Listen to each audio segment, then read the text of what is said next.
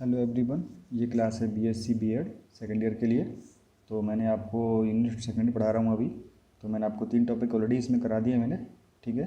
तो इस वीडियो में आपको मिलेगा जो टॉपिक है नया, विद्युत क्षेत्र में स्थित है विद्युत ध्रुव पर बल तथा बलाघूर्ण क्या होगा, ठीक है। तो इस पर न्यूमेरिकल ज़्यादा आता है भाई इसकी थ्योरी के, फिर भी थ्योरी समझ में आनी चाहिए। तो मैं थोड़ा बता देता हूँ। देखो, जैसे आपके पास विद्युत क्षेत्र है, ये विद्युत क्षेत्र ई लगा हुआ है, ई विद्युत क्षेत्र लगा हुआ है इसमें कोई ध्रुव रखा हुआ है प्लस क्यू माइनस क्यू चार, इनकी बीच की डिस्टेंस कितनी डी डी है और थीटा इससे एंगल है। विद्युत क्षेत्र से जो ध्रुव एंगल बना रहा है कितना है, थीटा है, ओके।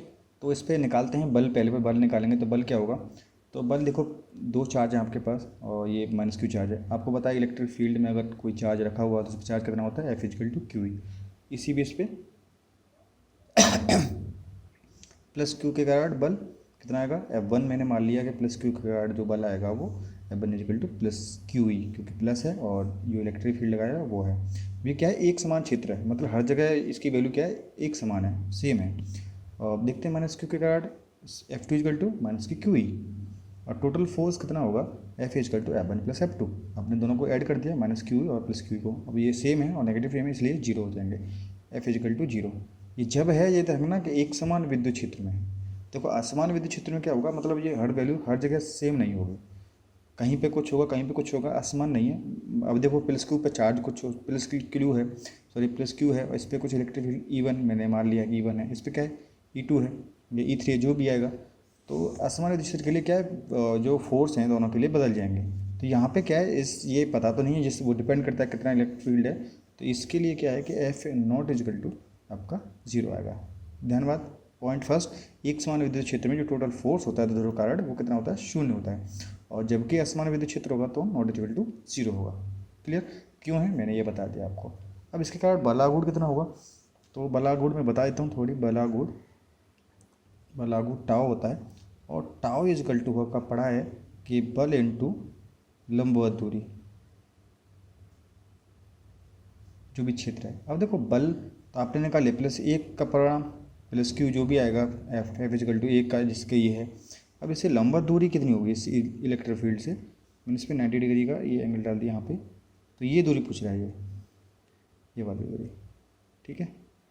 अब ये 90 डिग्री का एंगल है, अब ये दूरी कितनी होगी, ये थीटा एंगल है, ये क्या होगा इसके लिए, अगर ये एंगल थीटा बना रहा है, ये 90 डिग्री का है, सॉरी ये थीटा है यहाँ पे, है ना, ये थीटा एंगल बना रहा है इससे। तो थीटा क्या है देखो, अब ये दूरी कितनी आएगी, ये दूरी, क्योंकि थीटा के सामने वाला क्या होता है, थीटा के सामने वाला क्या होता है लंब। तो ये क्या होगा, अब डी आपको देखिए, तो लंब और टिकट साइन बदलेगा। तो साइन थीटा इजिकल टू आपका क्या आएगा, यहाँ पे कर देता हूँ, साइन थीटा इजिकल टू ये दूरी, माना कि ये आपका ए बी है और ओ बी है, तो क्या आएगा ओ बी बटे ए बी। तो ओ बी इजिकल टू कितनी आ जाएगी, आपने करके दिख रहा नहीं है क्या, ओ बी इजिकल टू कितनी आएगी, sine theta into A B. ये भी कितनी है आपकी फिलहाल टी, तो डी साइन थीटा ही आएगा।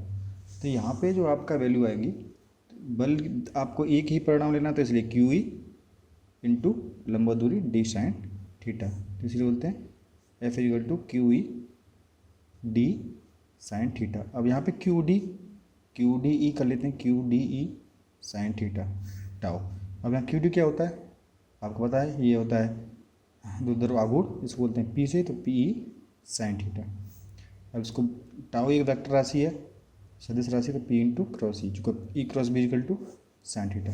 तो ठीक है, ये इसका निकल के आता है tau equal to P cross E, that's a final answer. तो ये क्या है कि बलाघूर्ण है, बल एवं बलाघूर्ण, ठीक है। पहला पॉइंट क्या है, एक समान विद्युत क्षेत्र में क्या आएगा जीरो, और असमान विद्युत क्षेत्र नॉट इक्वल टू जीरो। और आघूर्ण निकालोगे तो एक का बल निकाल लोगे, और लंबा दूरी बता दी मैंने, ये बता दिया ऐसे कि एंगल क्या है।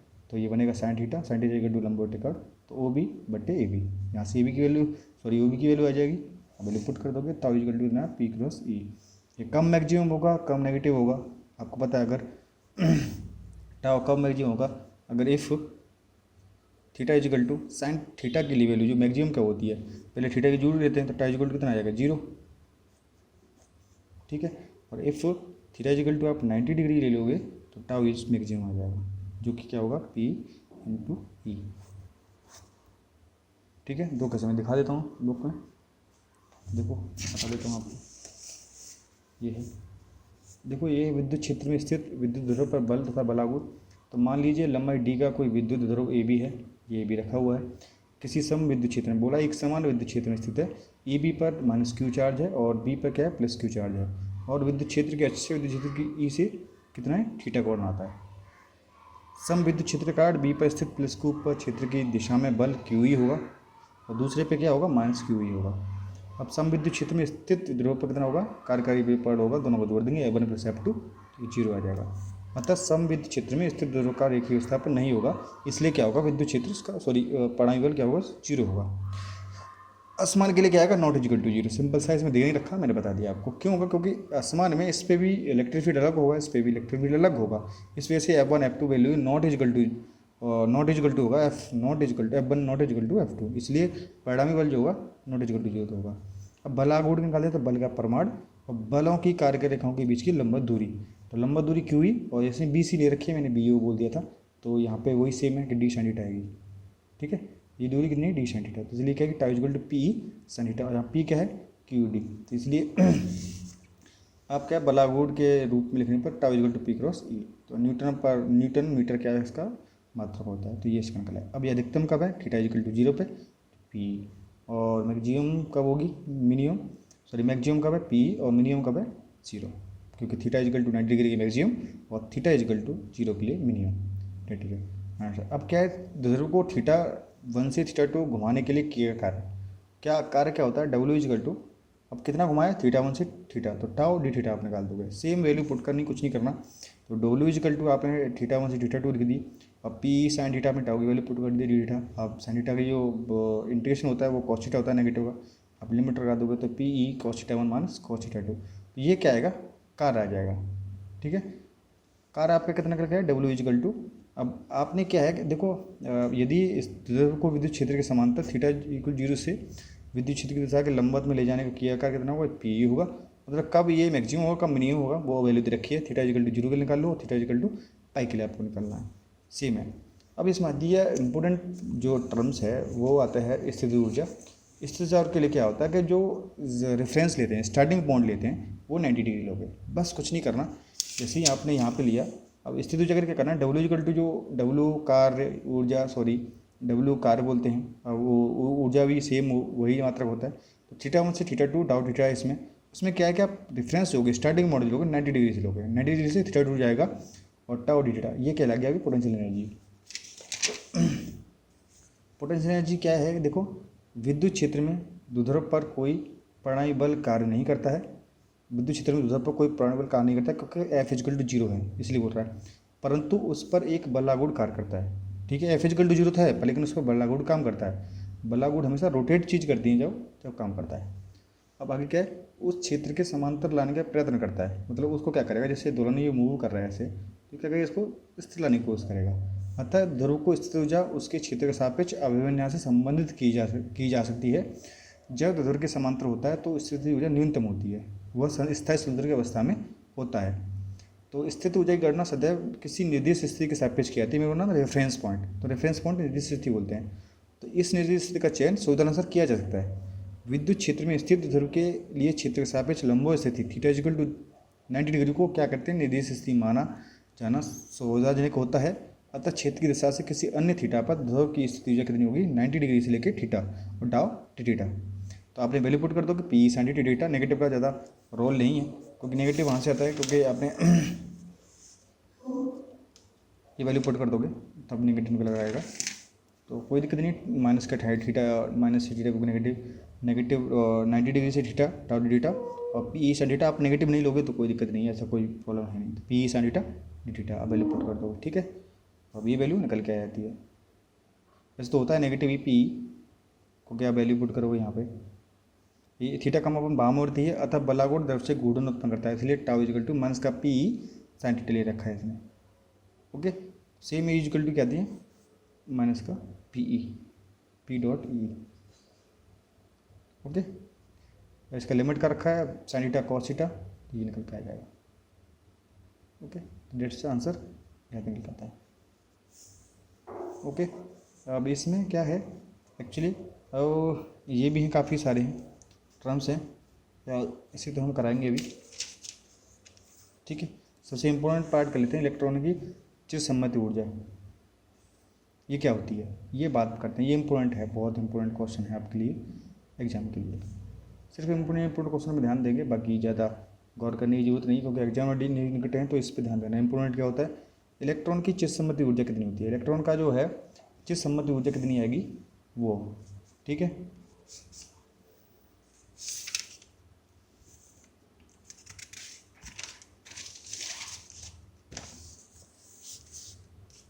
टॉपिक क्या था अभी आपका, इलेक्ट्रॉन की चिरसम्मति ऊर्जा, सॉरी चिरसम्मति त्रिज्या, ये आपका टॉपिक है। और ये मोस्ट इम्पोर्टेंट है, चांसेस बहुत रहते हैं, पूरे के पूरे रहते हैं। तो ये होती क्या है वो बात करते हैं। ठीक है, इलेक्ट्रॉन एक तरह से देखो, इलेक्ट्रॉन है, इलेक्ट्रॉन पढ़ रखा है कि एक नाभिक होता है आपके पास के चारों ओर इलेक्ट्रॉन मूव करते हैं। और जो इलेक्ट्रॉन का आकार होता है वो क्या होता है, स्फीरिकल होता है ऐसे। ठीक है ना, तो स्फीरिकल होता है। तो अब इसमें बोल रखा है, देखो ये क्या रखा है कि इलेक्ट्रॉन को एक अत्यंत सूक्ष्म आवेशित कण होने के कारण इसकी आकृति आकार का निर्धारण करना अत्यंत कठिन कार्य है, परंतु इलेक्ट्रॉन की त्रिज्या आर का संवेद गोला मान सकते हैं, स्फीयर मान सकते हैं, गोला मान लिया जाता है। इसका द्रव्यमान संचित विद्युत ऊर्जा के कारण माना जाए तो इलेक्ट्रॉन के आकार पर निर्धारण किया जा सकता है। तो जब त्रिज्या आर का कोई आपके पास गोला है, त्रिज्या आर तथा नेगेटिव आवेश का, नेगेटिव ई आवेश का आपके पास गोले की त्रिज्या कितनी होती है, गोले की स्थिर ऊर्जा को, ये गोले की स्थिर ऊर्जा तो ये फिक्स होती है। ये पिछले वाला जो अभी मैंने कराया नहीं उसके कारण आती है, तो वहाँ पर फिक्स होता है कि वो निकल के आता है डेरिवेशन 3/5 के ई स्क्वायर अपॉन के आर। ये 3/5 कांस्टेंट है, वो तो बताइए आपको एक वैल्यू है। के क्या होता है, के इक्वल टू होता है 1.4 पाई एप्सिलॉन नॉट। ठीक है, तो ये होती है के ई अपॉन आर स्क्वायर। ई क्या है यहाँ पे, चार्ज है इलेक्ट्रॉन का, और क्या है, रेडियस है, उसकी रेडियस यही हमें निकालनी है कि आर की वैल्यू किसी कितनी आएगी। आपको पता है कि आइंस्टीन के अनुसार एनर्जी कितनी होती है, E equal to MC square.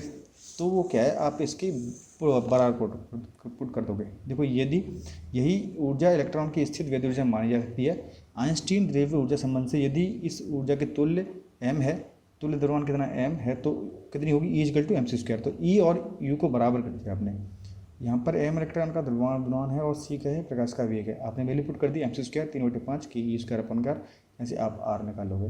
देखो 3/5 कांस्टेंट है, k की वैल्यू फिक्स होती है 1/4 by epsilon naught equal to 9 into 10⁻9 fix है। ई की value 1.6 10⁻−19, m equal to 9.1 into 10⁻31 और c इक्वल टू 3 इंटू 10⁸। सारी न्यूमेरिकल वैल्यू है, पुट कर दोगे तो ये निकल के आती है 1.69 फर्मी।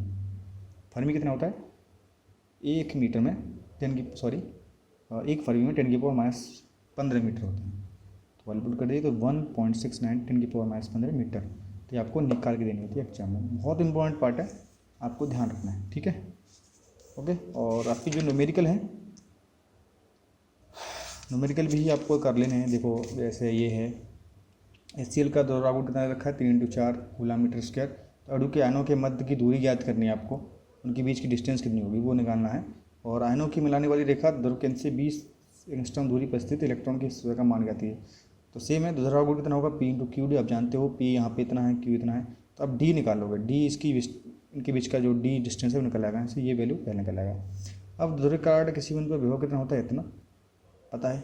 ऊर्जा Kp/r स्क्वायर सेम होती है, या हम कहीं ई इक्वल टू माइनस की इलेक्ट्रॉन EV, नहीं तो मेरे आप इससे भी दिखा सकते हो इससे ऊर्जा। ठीक है, ये हैं आपके कुछ नहीं, आपको फॉर्मूले से याद करने और वैल्यू पुट करनी है। और आपका आता है कि भाई ये पूछ ले कि ये वाला सवाल है, Q equal to 2 into 10⁻6 coulomb परिणाम के दो विपरीत आवेश रखे हुए हैं 2 सेंटीमीटर। Q दे रखा है, D रखा है, तो P इक्वल टू QD निकल आएगा। इस ध्रुव को इतनी वोल्ट में इसमें रखने पर गणना कीजिए कारकत अधिकतम बलागुण। अधिकतम बलागुण में बताया था T equal to P into E. तो P आप निकालोगे Q इंटू D से, और आपको ये बुद्ध चित्र रखा है तो वैल्यू पुट कर दोगे। कम मैक्सिमम होगा, कम नेगेटिव होगा, मैंने पहले ही बता रखा है। और θ1 से θ2 तक घुमाने के लिए घूर्णन किया गया। यहाँ पे θ1 की वैल्यू 0 दे रखी है और थीटा 2 की वैल्यू 180 डिग्री पहले पुट करोगे आंसर आ जाएगा। ठीक है,